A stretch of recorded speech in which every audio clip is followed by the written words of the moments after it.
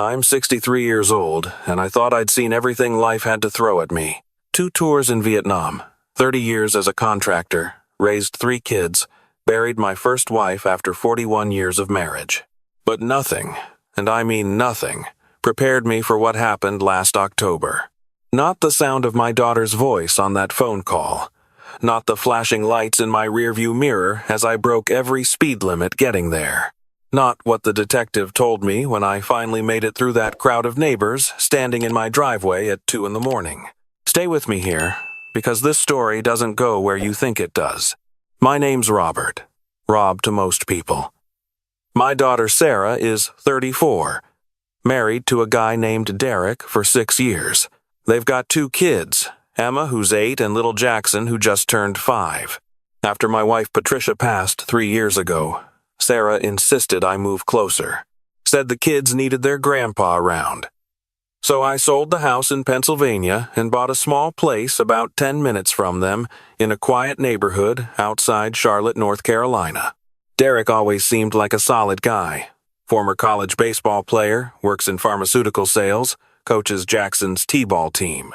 The kind of son-in-law who calls to see if I need anything when it snows, invites me to every birthday party and school play. Sarah met him at a charity 5K run, and I walked her down the aisle thinking she'd found a good one. But around August, I started noticing things. Small things that didn't quite add up. Sarah stopped bringing the kids over on Sundays like she used to.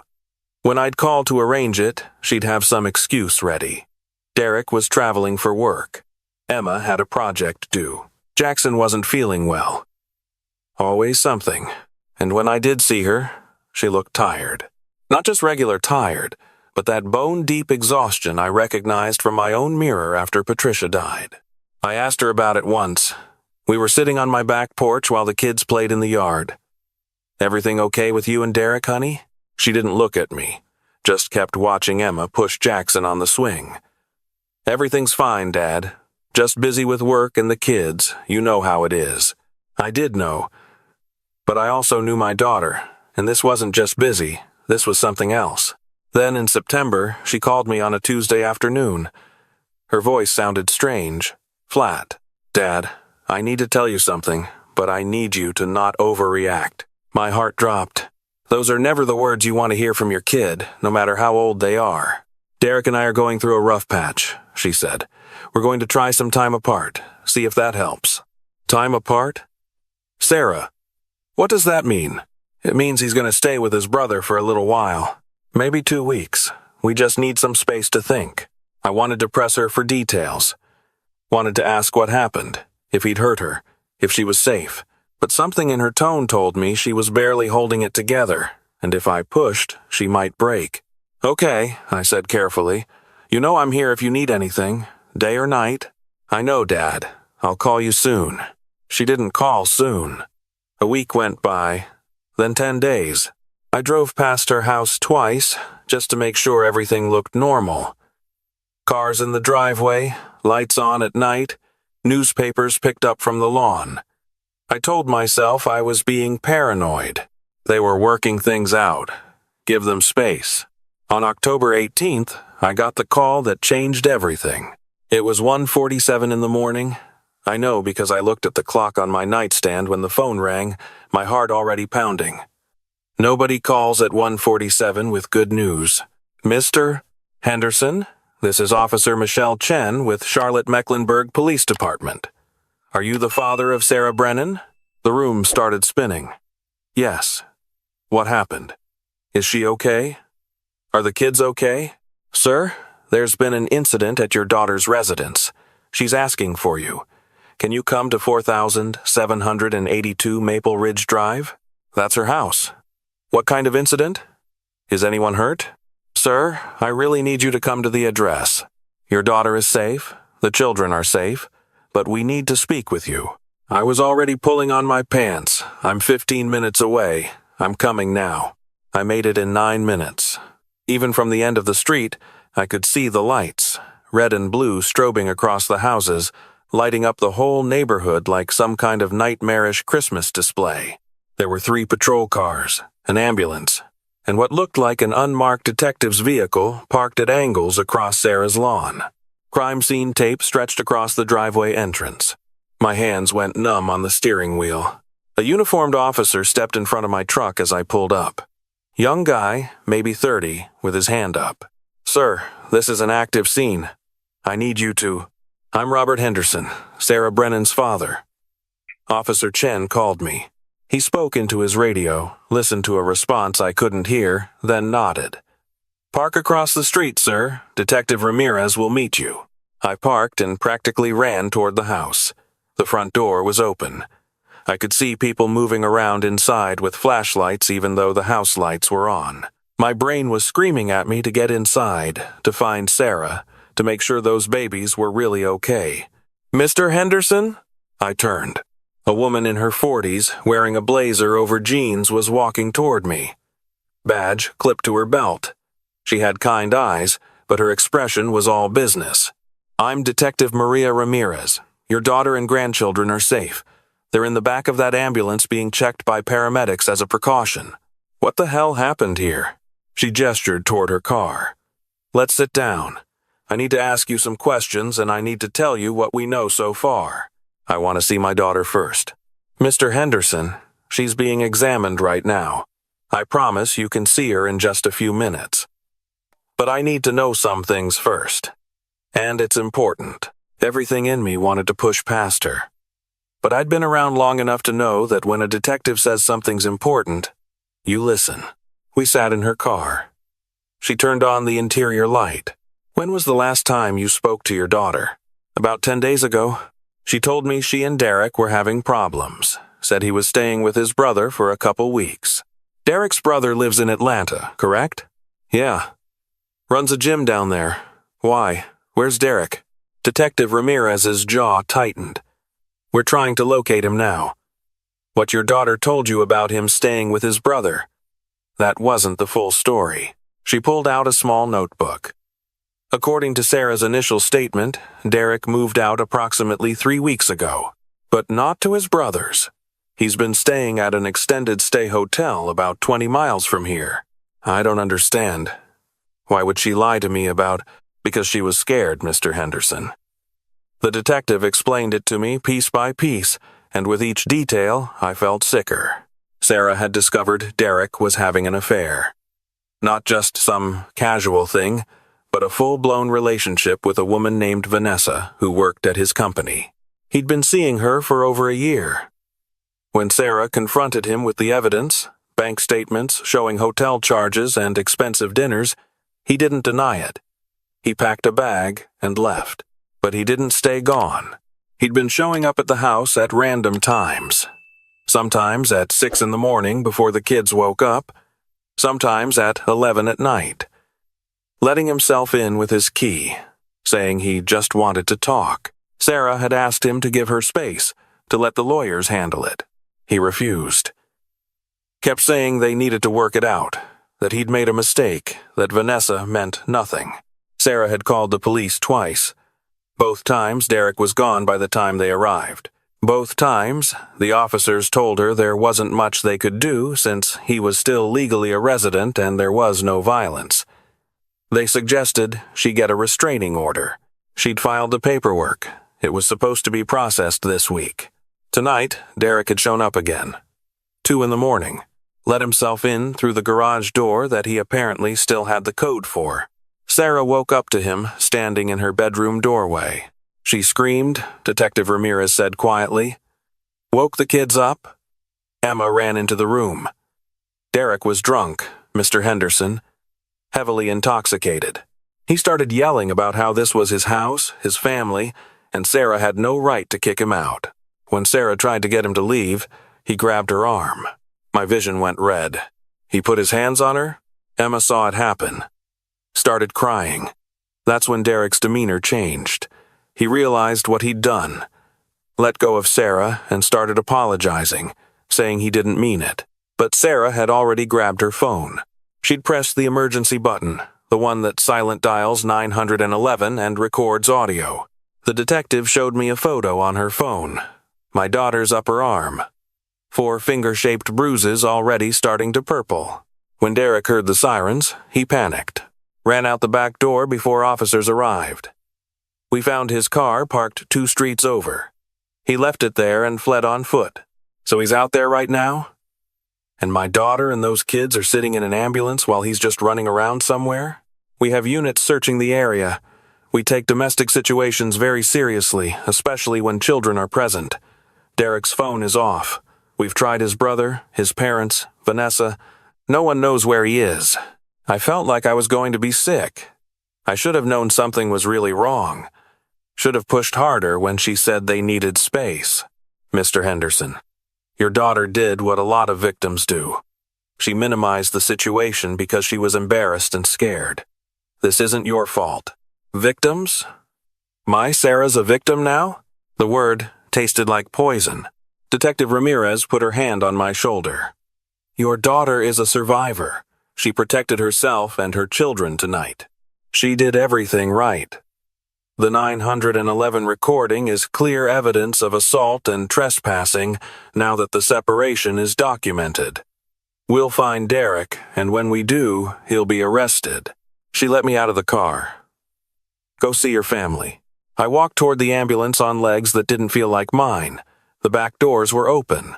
Sarah was sitting on the gurney with Jackson asleep in her lap and Emma pressed against her side. A paramedic was talking to her quietly, checking her blood pressure. When Sarah saw me, her face crumpled. Daddy, I don't care how old your kids get. When they call you Daddy in that broken voice, you're right back to when they were small and you could fix everything with a Band-Aid and a hug. I climbed into the ambulance and wrapped my arms around all 3 of them. I've got you, I said. I've got you now. Sarah was shaking. I'm sorry. I'm so sorry I didn't tell you how bad it was. Shh. None of that. You did exactly what you needed to do. Emma looked up at me with red-rimmed eyes. Grandpa, Daddy scared us. My heart shattered into about 1,000 pieces right there. I know, sweetheart, but you're safe now. All of you are safe.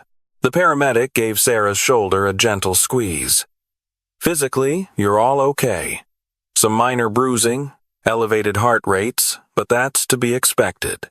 I'd recommend following up with your doctor in a few days, and definitely talk to someone about counseling for the kids. Sarah nodded numbly. Detective Ramirez appeared at the ambulance doors. Sarah, I need to get a full, formal statement from you, but it can wait until tomorrow if you'd rather. For tonight, is there somewhere you and the kids can stay? I don't recommend staying in the house until we locate Derek. They're coming home with me, I said before Sarah could answer. All of them. Tonight and for as long as they need. We loaded the kids into Sarah's car. I drove it while she sat in the back between the car seats, holding both their hands. Neither Emma nor Jackson said a word the whole drive. Just stared out the windows with those shell-shocked expressions that no kid should ever have to wear. At my house, I made up the guest room for Sarah and put the kids in my room. Emma wanted her mother. Jackson wanted his sister. They all ended up in one bed. Sarah in the middle with a kid tucked under each arm. I sat in the chair in the corner. Told them I'd be right there. Sarah looked at me with exhausted, grateful eyes and mouthed, "Thank you." I stayed awake all night. Every time a car drove past, I was at the window checking. I'd already decided that if Derek showed up here, detective or no detective, restraining order or no restraining order, we were going to have a very different kind of conversation than the one he was expecting. The sun came up around 6:30. Sarah was still asleep. The kids were sprawled across her like puppies. I went to the kitchen and started making coffee, my hands finally steady enough to hold the pot. My phone rang. Detective Ramirez. "We found him," she said. Derek turned himself in about an hour ago. His lawyer brought him to the station. He's being processed now on charges of assault, trespassing, and violation of the emergency protective order that was granted this morning. I sat down heavily at the kitchen table. What happens now? Arraignment will probably be tomorrow. Given the circumstances and the fact that he fled, I expect the judge will set significant bail. The restraining order is in effect for 1 year. He's not allowed within 500 feet of Sarah, the kids, their school, or her workplace. What about my house? Add it to the order. We'll amend it today. After I hung up, I just sat there staring at my coffee. This was my son-in-law, the guy who'd helped me move furniture into this house, who'd sat at my table for Thanksgiving dinner just last year, who'd asked my permission before proposing to Sarah all those years ago. How had I not seen this coming? Sarah found me there an hour later. She looked like she'd aged 10 years overnight. "Dad?" The detective called me too. I stood up and put my arms around her. She started crying. Not the quiet, dignified tears she'd shed at her mother's funeral, but the raw, ugly sobbing of someone whose whole world had just imploded. "I was so stupid," she choked out. "The signs were there, the late nights, the phone calls he'd take in another room. I knew something was off, but I didn't want to believe it. And then when I finally confronted him and he admitted it, I thought, okay, we'll separate, get divorced, figure out custody. I never thought he'd what? Become violent?" She pulled back, wiping her eyes. He'd never been like that before. Not once in 6 years. Maybe intense sometimes, competitive, but never violent. Never scary. When he grabbed me last night and I saw that look in his eyes, I didn't even recognize him. Some people don't show you who they really are until they're about to lose something they think they own. She looked at me sharply. "Is that from Vietnam?" "No. That's from watching people my whole life." The kids woke up around 8. Jackson wanted his stuffed elephant that was back at the house. Emma wanted to know if they were going to school. Sarah looked at me helplessly. "Not today," I told them. "Today's a grandpa day. We're going to make pancakes and watch cartoons and not worry about anything else." "But my spelling test is Friday," Emma said. "I'll call your teacher," Sarah said. "We'll figure it out." Over the next few days, a routine emerged. Sarah would get the kids to school, go to work, trying to act normal, then come back to my place. We'd have dinner together. The kids would do homework at my kitchen table. Sarah would help Jackson with his bath while I read Emma a story. Then they'd all pile into that guest bed again, and I'd take up my post in the chair. Derek's arraignment happened. His parents posted bail. $50,000. The restraining order held. His lawyer tried to argue it was excessive, that Derek was under extreme stress and had made a one-time error in judgment. The judge wasn't buying it. "Mr. Brennan," she'd said, "according to Sarah's lawyer who was there, you traumatized your children and assaulted your wife in the middle of the night. You're lucky you're not facing more serious charges." The order stands. Sarah filed for divorce 3 days later. Derek tried to call her. 17 times the first week. The calls went to voicemail, which her lawyer collected as evidence of harassment. He tried to send gifts to the house, flowers and teddy bears for the kids. Sarah's lawyer documented everything and sent it all back. What Derek didn't do was show any real accountability. His version of events, according to the statements his lawyer filed, was that Sarah had provoked him, that he'd been drinking because he was depressed about the separation, that he'd only grabbed her arm to keep her from leaving the room while he was trying to talk to her, that the whole thing was a misunderstanding blown out of proportion. Sarah read those statements and I watched something in her shut down. "He's not even sorry," she said. "He's making excuses. Still playing the victim. Some people never learn to take responsibility," I said, "even when they destroy everything around them." By November, Sarah and the kids were still at my place. She'd gone back to the house a few times with a police escort to get clothes and important documents, but she couldn't bring herself to move back in. Not yet. "Every time I walk in there, I see him standing in that doorway," she told me. I hear Emma screaming, "I can't sleep there, Dad." "Then don't. Stay here as long as you need. But this is your space, your retirement. You shouldn't have to." "Sarah, I spent 41 years married to your mother. You think I don't know what it's like to have a house full of noise and homework and someone else's schedule? This isn't a burden. This is what family does." She hugged me, and I pretended not to notice she was crying again. The divorce moved forward. Derek's lawyer tried to push for joint custody.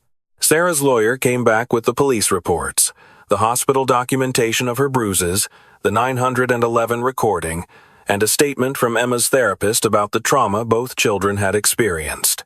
Derek's lawyer backed off the joint custody request. In January, Sarah made a decision. I'm selling the house.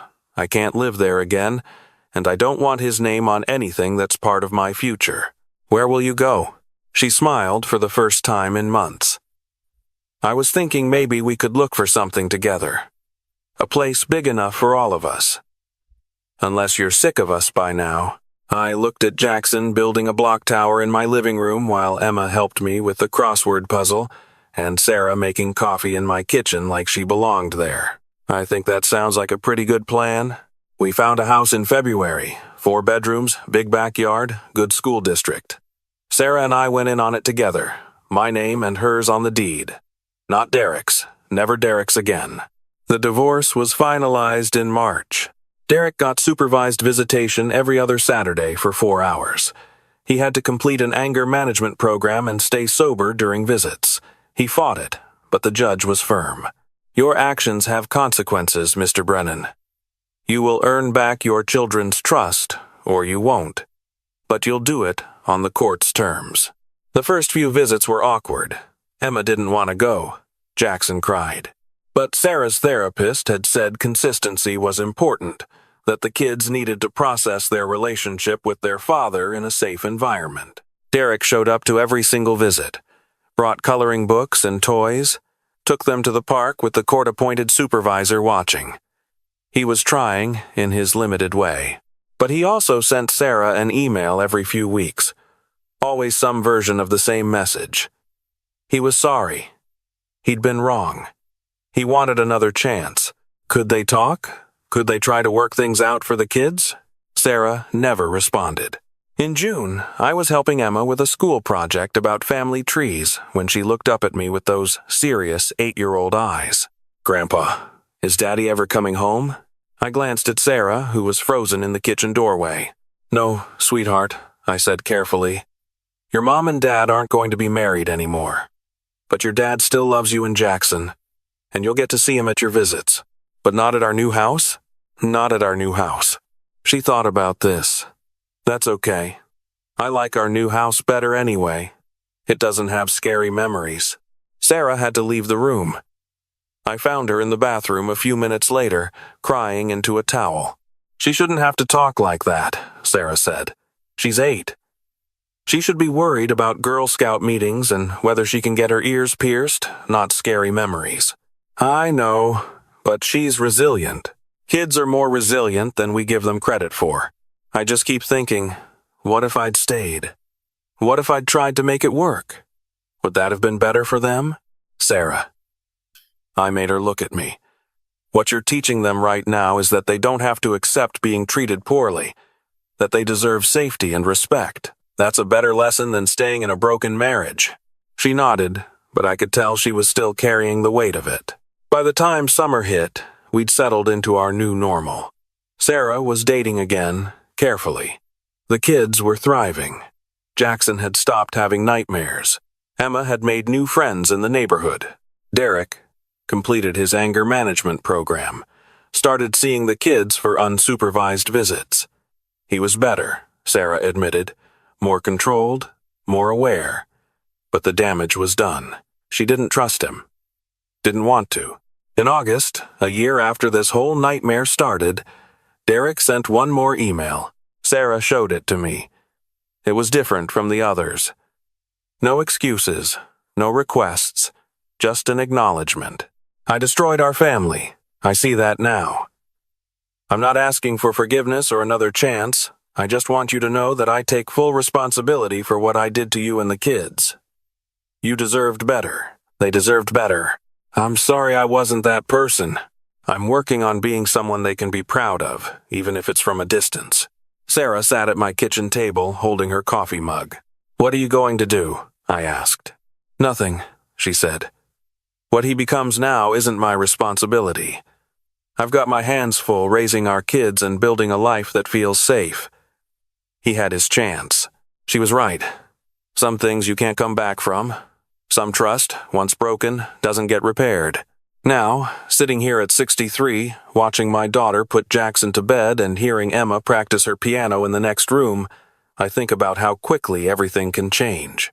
One phone call at 1:47 in the morning, and your whole world tilts. But I also think about resilience, about how Sarah picked herself up, how those kids adapted, how we built something new from the wreckage. People ask me sometimes if I'm angry at Derek, if I want revenge or justice or some kind of vindication. The truth is, I don't think about Derek much at all anymore. He's just someone who used to be part of our story. The real story, the important one, is happening right here, in this house. With this family we've rebuilt. Sarah's got a second date next weekend with a guy from her yoga class. Says he's nice, patient, good with kids. She's nervous but excited. Emma's starting 4th grade in a few weeks. Jackson wants to try soccer. And me? I'm right where I should be. In the corner chair, keeping watch, making sure my people are safe. That's all a father really wants. That's all a grandfather really needs. Life isn't a movie. There's no perfect ending tied up with a bow. But there's this. Morning coffee, homework at the kitchen table, bedtime stories, and the sound of my family breathing safely under the same roof. After everything we've been through, that's more than enough.